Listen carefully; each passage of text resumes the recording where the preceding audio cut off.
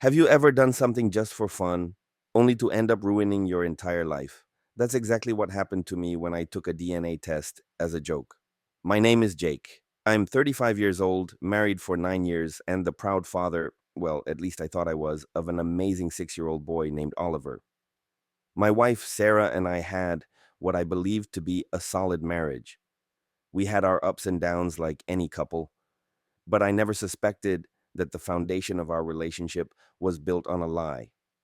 It all started when a friend of mine took one of those ancestry DNA tests and found out he had distant relatives he never knew about. It sounded fun, so I decided to take one too. I even ordered one for Oliver, thinking it would be cool to see how similar our genetic traits were. 2 weeks later, the results arrived. I scrolled through my own information first. Nothing surprising. Mostly European ancestry, some minor health predispositions, the usual stuff. Then I checked Oliver's results and my heart stopped. The test showed a 0% parental match. Zero. My son wasn't my son. At first, I thought it was a mistake. Maybe I had mixed up the samples. Maybe there was a lab error. I quickly contacted the company, demanding a retest. They assured me their process was highly accurate, but I ordered another kit anyway. I needed to be sure. Another agonizing 2 weeks later, the second test confirmed the first. No biological connection. Oliver was not mine. I sat there staring at the screen, my hands shaking. My whole body felt numb. How could this be? My wife and I had been together for over a decade. There was no way, unless she had been unfaithful. I confronted Sarah that night. I didn't tell her about the test right away. I just asked, point blank, "Is there anything you need to tell me?" She looked confused at first, then defensive. "What are you talking about?" I took a deep breath and said, "I took a DNA test, and so did Oliver." The color drained from her face. She didn't say anything, not at first, and that silence was louder than any words she could have spoken. Finally, she whispered, "Jake, I can explain." "Explain? How do you explain something like this?" Tears welled up in her eyes as she confessed. 6 years ago, right around the time Oliver was conceived, she had a one night stand with an old college friend. She swore it meant nothing.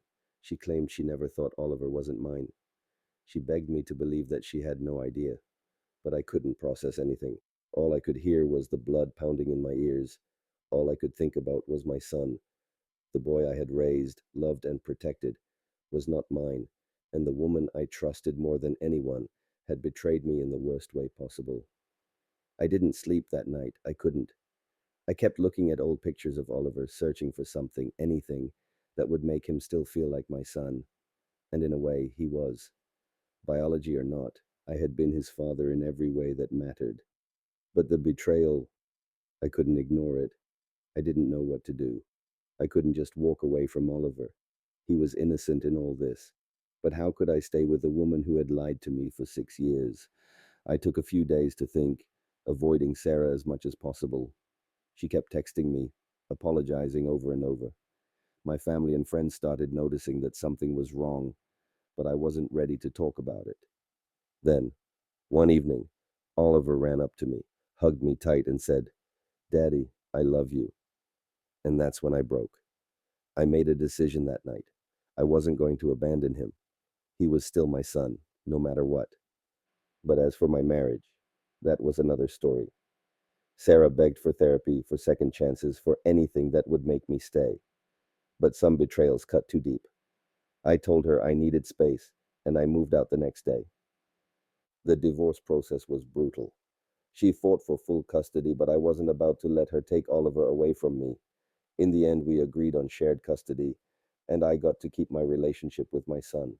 But my heart, my trust, that was shattered beyond repair. Now, looking back, I wonder, was it better to know the truth, or would I have been happier living in ignorance? I'll never know. But one thing is for sure, I'll never take another DNA test as a joke again. What would you have done in my place? Let me know in the comments. And if you want more jaw dropping Reddit stories like this, don't forget to like and subscribe.